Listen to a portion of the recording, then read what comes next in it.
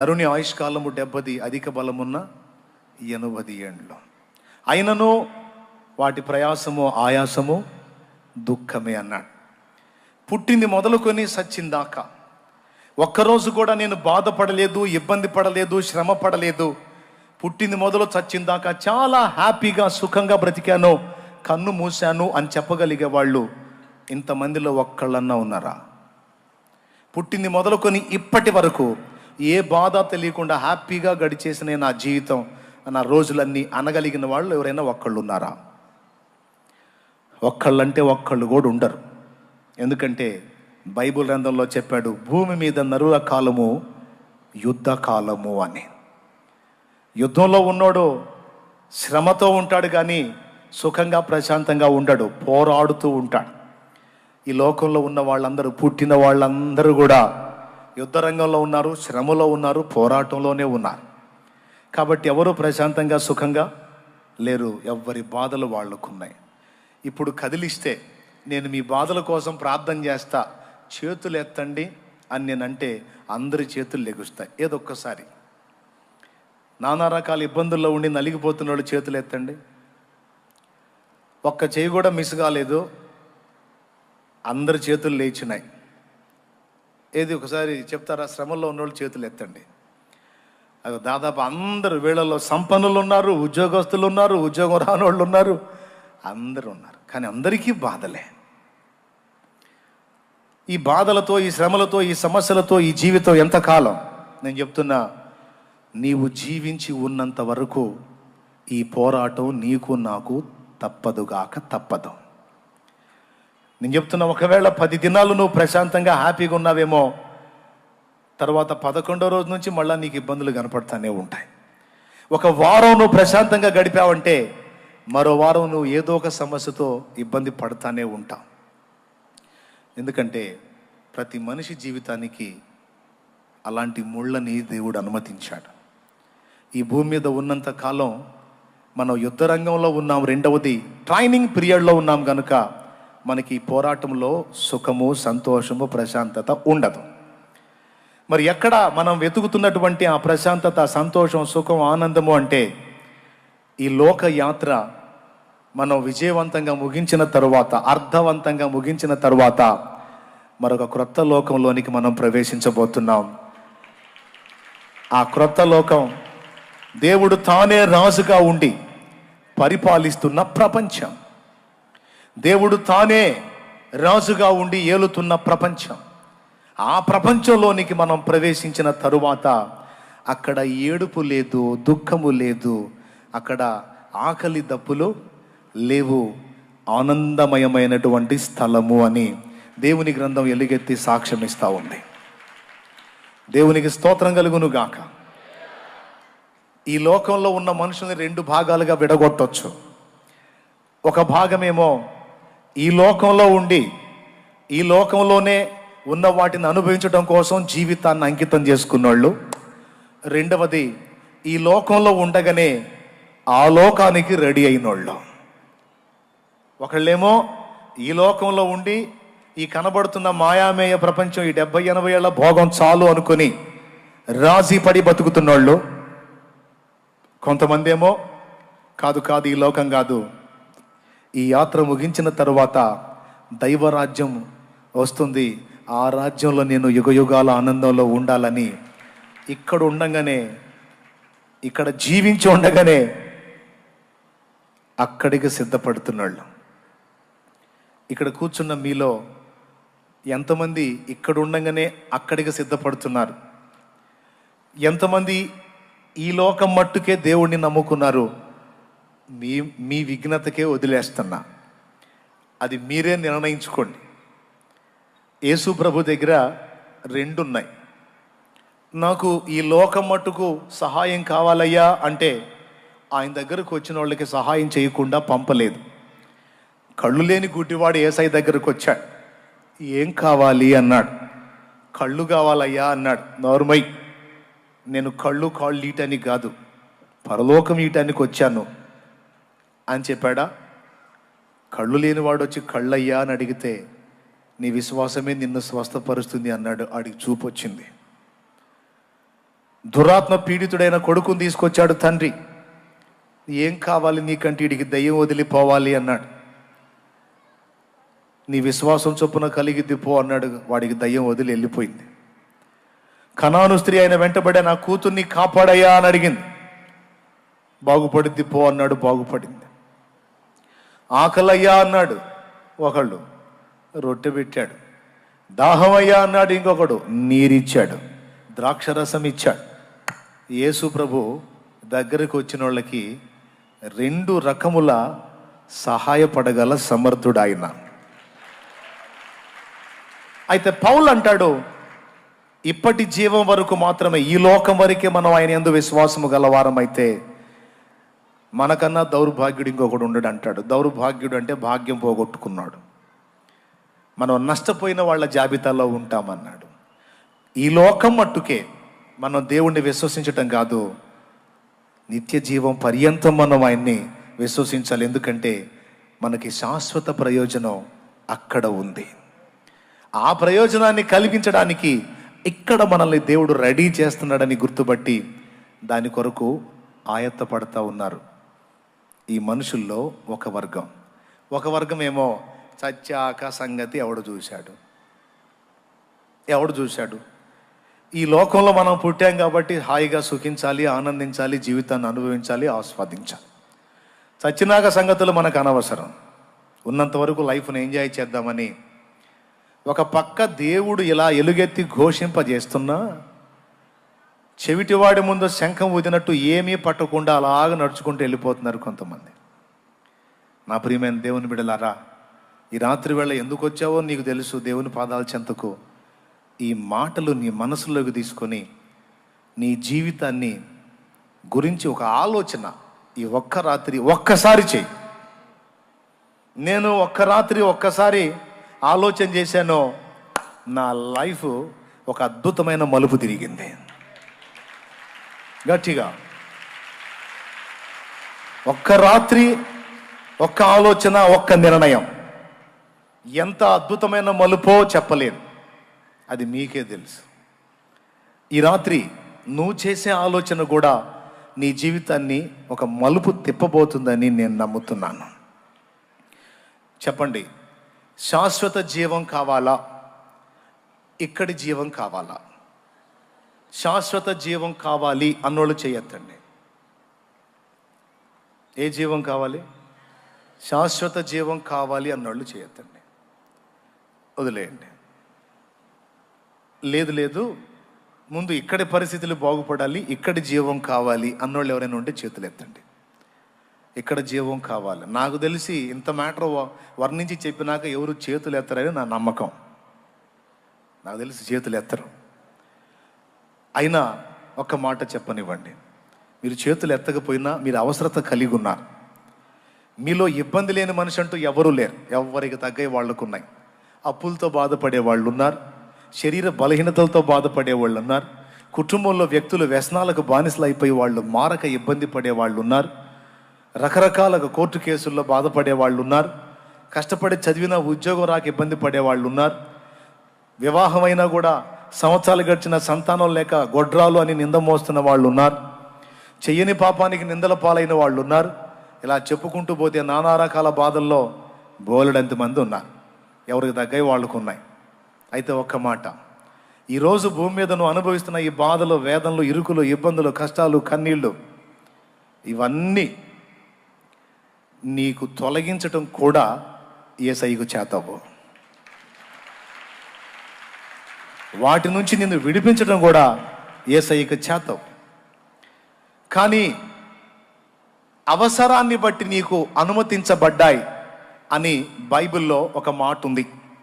పేతురు రాసిన మొదటి పత్రిక 1వ అధ్యాయము 6వ వచనం మీరు చూడగలిగితే, అవసరాన్ని బట్టి అగ్ని వంటి శ్రమలు కొంచెము కాలం మీకు కలుగుతున్నాయి అనే మాట అక్కడ చెప్పబడి ఉంది. ఈరోజు మనం ఫేస్ చేస్తున్నటువంటి సమస్యలు ఎన్ని రకాలైనా కావచ్చు, ఎన్ని విధాలైనా కావచ్చు. ఒక మాటలో చెప్పాలంటే కొంతమందిని ఆ శ్రమలే దేవుడి దగ్గరికి తెచ్చాయి. చాలామందిని ఆ శ్రమలు, ఆ సమస్యలే దేవుడి గురించి ఆలోచించేటట్టు చేశాయి. ఈరోజు మీ అందరూ కూడా వాటిని గురించి భయపడ నిమిత్తం లేదు. ఎందుకంటే నీకు అవి అవసరం అనుకున్నంత వరకు దేవుడు వాటిని అనుమతిస్తాడు. వాటి అవసరత తీరిపోయిన తర్వాత ఉంచమన్నా నీకు అవి ఉంచడాయన. నమ్మితే స్తోత్రం చెప్పు. నీకు అవసరం అన్నంత వరకు వాటిని ఉంచుతాడు. ఆ అవసరం తీరిపోయింది, నేను అనుకున్న పరిమాణం నీలోనికి వచ్చింది అనుకున్నప్పుడు నువ్వు ఉంచమన్నా వాటిని ఉంచడు, వాటిని తొలగిస్తాడు.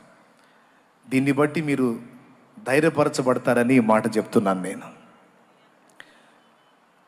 ఈరోజు నువ్వు ఎదుర్కొంటున్నటువంటి వీటన్నిటికీ ప్రతిగా దేవుడు ఇవ్వబోతున్నటువంటి ఆశీర్వాదాన్ని భవిష్యత్తులో నువ్వు చూడబోతున్నావు.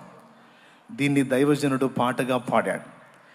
యేసయ్య నీ కృప తలంచగానే నా శ్రమలు శ్రమలుగా అనిపించలేదే.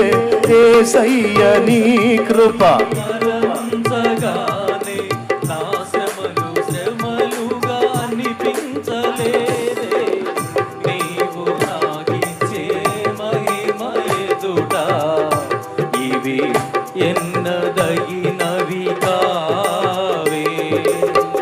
నీవు నాకిచ్చే మహిమ ఎదుట ఇవి ఎన్నదగినవి కావే.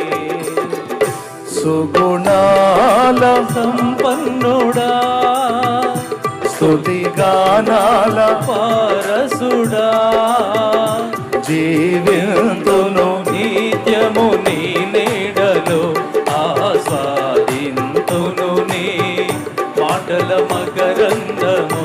జీవింతును నిత్యము నీ నీడలో ఆస్వాదింతును నీ మాటల మకరందము. దేవునికి మహిమ.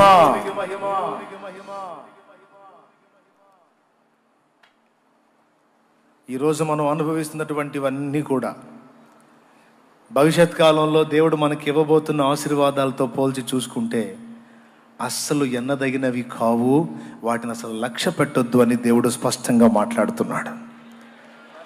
నీ మైండ్ ఈ భూ సంబంధమైన వాటి మీద నుండి నా వైపుకు మళ్ళించు, అక్కడికి సిద్ధపడు, అక్కడికి సిద్ధపరచుకో అని దేవుడు మాట్లాడుతున్నాడు. షాలేము రాజు అనబడే నువ్వు 100 సార్లు నాకు కలిసిన నేను చెప్పడానికి ఇష్టపడే మాట ఇదే: ఇక్కడి భోగం కాదు, అక్కడ దానికి సిద్ధపడండి అని. మీకు అన్నీ ఇచ్చేస్తాడు దేవుడు అని నేను ప్రశాంతంగా ప్రసంగం చేశాను అనుకో, చాలామందికి నేను నచ్చొచ్చు. కానీ నేను ఆపోజిట్ ప్రసంగం చేస్తాను. అవసరమైతే ఇక్కడ అనుభవించాలి నువ్వు అనే మాట మాట్లాడతాను. కొంతమందికి అది నచ్చదు, కానీ అదే సత్యమని బైబిల్ చెప్పింది. ఎంతవరకు అవసరమో అంతవరకు మనం తప్పనిసరిగా వాటిని అనుభవించాలి. అసలు మనం వచ్చిందే అందుకు. ఓకే, ఆ తర్వాత మనం ఎక్కడికి చేరబోతున్నాం? ఆ మహిమలోకి చేరబోతున్నాం. అక్కడికి మనల్ని చేర్చడానికి దేవుడు తన ప్రాణం నిలువెల్లా మన కోసం రక్తము కార్చిన అనుభవం మనందరికీ తెలిసిన సంగతే. ఇక్కడిది ఇవ్వడానికి కాదు, ఇంతకంటే శ్రేష్టమైన నిత్యత్వం ఇవ్వడానికి. మనకు నిత్య నాశనాన్ని తీసుకొచ్చిన నరకం నుండి, పాపం నుండి మనల్ని కాపాడటానికి ఆయన నిలువెల్లా గాయాలమయమై రక్తసిక్తమై ప్రాణత్యాగం చేసి అసువులు బాశాడు. మనందరి కొరకు తన ప్రాణమును క్రయధనంగా చెల్లించి విమోచన మార్గాన్ని మనకు చూపించాడు. దేవా నువ్వెవరివి అని అడిగినటువంటి ఋషులకు తానెవరో బయలుపరిచాడు. మేమెందుకు ఇంత పాపం చేస్తున్నాం, మా పితరులు ఎందుకు ఇలాగయ్యారు, మేమెందుకు ఇలా అయ్యామన్న ప్రశ్నకి ఆయన సమాధానం చెప్పాడు. అది గ్రంథస్థం చేశారు. మా పాపాల్లోంచి మేము బయటపడే మార్గం ఏది? మేము మోక్షానికి చేరి నీవున్న ఆ ప్రాంతంలో ఎప్పుడు మేముండి నీలో ఆనందించే భాగ్యం మాకెప్పుడు, మాకెట్లా అని అడిగినప్పుడు అందుకోసం ఆయన ఏం చెయ్యబోతున్నాడో ఆ విషయాన్ని కూడా వాళ్లకు స్పష్టపరిచాడు. అది కూడా గ్రంథస్థం చేయటం జరిగింది. అందరి పాపముల కొరకు నేనే భూమి మీదకి వచ్చి మనుష్యునిగా వచ్చి మనుషుల పాపముల కొరకు ప్రాయశ్చిత్తంగా నా ప్రాణాన్నే పెట్టి తిరిగి లెగుస్తాను. నా యందు విశ్వసించిన వారందరినీ నిత్య జీవానికి వారసులుగా చేస్తాను అనేటువంటి సత్యం బైబిల్లోనే కాదు, వేద సాహిత్యంలో కూడా మనకు స్పష్టమవుతుంది. రెఫరెన్సెస్తో సహా గతంలో నేను మీకు చూపించాను.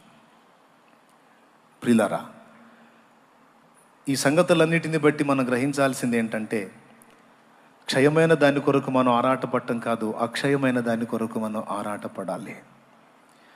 నీ కళ్ళ ముందు రకరకాల భ్రమలు కల్పించి నిన్ను మోసం చేసి సాతాను దేవుని వైపు నీ దృష్టి తిరగకుండా ఆకర్షించటమే వాడి నిరంతరాయంగా చేసే పని. దాన్ని గుర్తించి మనం వీటిని దులిపేసుకొని దేవుని వైపు తిరగాలి.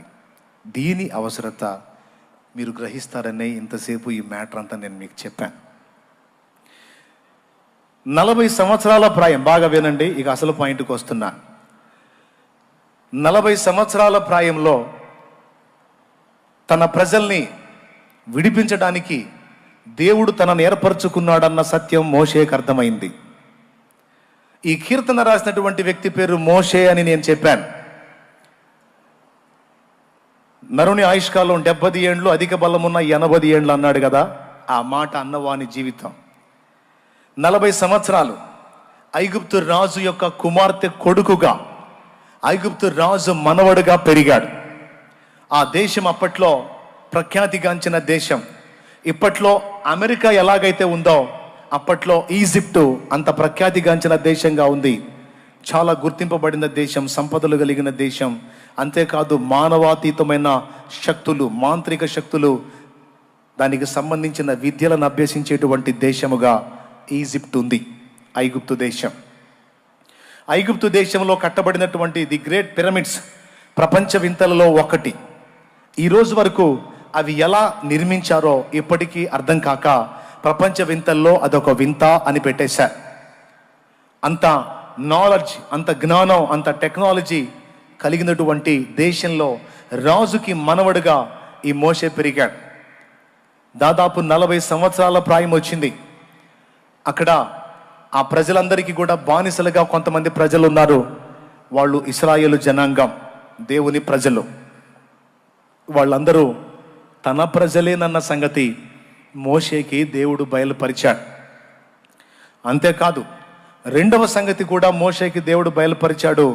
అదేమిటంటే తన ద్వారానే వారందరినీ దేవుడు బయటికి తీసుకొని రావాలని సంకల్పించాడని. ఎవరికి అందింది ఈ సమాచారం? స్పష్టంగా మోషేకే అందింది. మోషేకి నాకు తెలిసి ఆయన కన్న తల్లే పెంచిన తల్లిగా కూడా వ్యవహరించింది. మోషే పుట్టినప్పుడు ఐగుప్తు రాజు చేసిన శాసనం మీకు తెలుసు. పిల్లలందరినీ 2 సంవత్సరాల లోపు పిల్లలందరినీ 2 సంవత్సరాల లోపేమో ఏసై పుట్టినప్పుడు, మోషే పుట్టినప్పుడేమో హెబ్రీల యొక్క మగ పిల్లలందరినీ నైల్ నదిలో పడేయాలని ఆజ్ఞ జారీ చేశాడు. అలా ఆజ్ఞ జారీ అయిన టైంలో మోషే పుట్టాడు. 3 నెలల నుంచి మరికొన్ని నెలలు వాళ్ళు ఆ పిల్లవాడిని దాచిపెట్టి ఇక ఆపలేక ఒక జమ్ము బుట్టలో ఆ బిడ్డను పెట్టి దానికి కీలు పూసి నైల్ నదిలో వదిలిపెట్టడం. ఆ జమ్ము బుట్టలో ఉన్న శిశువు రాజు కూతురు స్నానం చేసే ప్రదేశానికి ఆ బుట్టను దేవుడు నడిపించటం. ఆ బుట్టను ఆమె దగ్గరకు తీసుకొని అందులో ఉన్న మోషే బాలుణ్ణి చేతుల్లోకి తీసుకోవటం.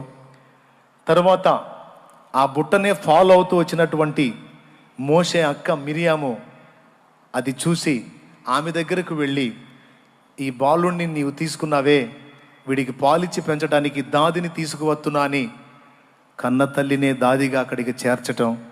ఇదంతా మీరు ఎరిగిన స్టోరీయే. ఇప్పుడు కన్న తల్లే పెంపుడు తల్లి అయింది. విచిత్ర స్టోరీ ఇది. కన్న తల్లే పెంపుడు తల్లిలాగా, రాణి ఏమో రాజుగారి కూతురు యువరాణేమో ఆయనకు తల్లిలాగా మోషే పెంచబడ్డాడు. ఆమె మోషేని తన తల్లికి ఇస్తూ ఇతన్ని నా కొరకు పెంచు అంటుంది. కానీ మోషే తల్లి మోషేని దేవుని కొరకు పెంచుతుంది. నేను అది గుర్తించాను. యోకేబెదు సామాన్యమైన స్త్రీ కాదు, జీవిత విలువలెరిగిన స్త్రీ, దేవుని స్పర్శనెరిగిన స్త్రీ. దేవుని కొరకు పెంచింది. నాకు తెలిసి మోషేకి తన తల్లి అయిన యోకేబెదు ద్వారానో ప్రత్యక్షత ద్వారానో ఒకటి అర్థమైంది. ఏంటంటే, నేను ఈ ఐగుప్తు దేశంలో ఇలాంటి జీవితానికి వచ్చింది నేను భోగాలని సుఖాలని అనుభవించడానికి, ఇక్కడ రాజుగా లేకపోతే ఇంకొకటిగా తొలతోగటానికి కాదు. నా ప్రజల్ని బంధకాల్లోంచి బయటికి తీసుకొని రావటానికి దేవుడు నన్ను పుట్టించాడని తన జన్మ కారణాన్ని గుర్తించిన వాడు మోషే. ఈరోజు ఇంతమంది ఉన్నారు, పుట్టి చాలా సంవత్సరాలు అయింది. మిమ్మల్ని సూటిగా ఓ ప్రశ్న అడుగుతున్నాను. అసలు నువ్వు ఎందుకు పుట్టావో ఒక్కసారన్నా దేవుణ్ణి అడిగావా? ఏమనుకోవద్దు, ఈ మాట మిమ్మల్ని అడుగుతున్నానని. ఒక్కసారన్నా దేవా అసలు నన్ను ఎందుకు పుట్టించావు, నా జన్మ వెనక నీకున్న ఉద్దేశం ఏంటి, నీ చిత్తం ఏంటని ఒక్కసారని అడిగావా? ఎంతమంది అడిగారో నాకు తెలియదు, కానీ అడిగితే నిజంగా ధన్యులు మీరు. ఒకవేళ అడగకపోతే ఖచ్చితంగా నీ సృష్టికర్తను నువ్వు అడగవలసిన సమయం ఇది. నీ మనోనేత్రాలు వెలిగించబడాలి. ఒకవేళ నీకు 70 ఏళ్ళు వచ్చినా సరే మునిగిందేం లేదు, ఇప్పుడైనా నువ్వు అడగొచ్చు. ఎందుకంటే నువ్వు అనుకుంటావు ఇది చివరి ఘట్టం, ఇంకేం అడిగేదని. నో, నీకు చివరిది కావచ్చు, కానీ దేవునికి ఇంకా అవకాశం ఉంది నిన్ను వాడుకోవటానికి, నీ జన్మను సార్థకం చేయటానికి. మోషేకి తెలుసు తాను ఎందుకు పుట్టాడో. ఆ మాట మనకి హెబ్రీ పత్రిక 11లో చెప్పబడింది. ఐగుప్తు రాజు యొక్క కుమారుడు అనిపించుకొనుట కంటే క్రీస్తు విషయమైన నింద గొప్ప భాగ్యమని ఎంచుకొని అక్కడ భోగాలు అనుభవించి లోకాన్ని అనుభవించడం కంటే దేవుని చిత్తము నెరవేర్చడం కోసం, దేవుని ప్రజల్ని బంధ విముక్తులు చేయటం కోసం, వారి కోసం సమస్తాన్ని త్యాగం చేయటానికి నేను సిద్ధపడాలి అని అడుగు ముందుకు వేసి తన జీవితం, తన జన్మ యొక్క కారణం ఎరిగిన వాడు మోషే. మదర్ తెరీసా ఎందుకు పుట్టావు నువ్వు అని ఆమెను అడిగితే దిక్కులేని వారిని ఆదరించడానికి, రోగులను కాపాడటానికి, సేవ చేయడానికి నేను పుట్టాను, నా బ్రతుకు పట్ల దేవుని సంకల్పం ఇదే అని ఆమె చెప్తుంది. పౌలా ఎందుకు పుట్టావు అని పౌలను అడిగితే తనను విశ్వసింపబోరు వారందరికీ మాదిరిగా ఉండుటకాయి, అన్యజనులకు సువార్త ప్రకటించుటకాయి, నశించిపోతున్న ఆత్మలను రక్షించుటకాయి, భవిష్యత్తులో దేవుడు సమకూర్చబోతున్నటువంటి సంఘానికి సిద్ధాంతపరమైన పునాదులు వేయుటకాయి, నేర్పరైన శిల్పకారుని వల్లే ఉండుటకు దేవుడు నన్ను ఏర్పరచుకున్నాడని పౌలు చెప్తాడు. ఎందుకు పుట్టావు అని అడిగితే తమ జన్మకు కారణం వీళ్ళందరూ చెప్తారు. ఈరోజు నిన్ను అడుగుతున్నాను, ఈ రాత్రి నువ్వు అడుగు దేవుని ముందు, దేవా నన్నెందుకు పుట్టించావని.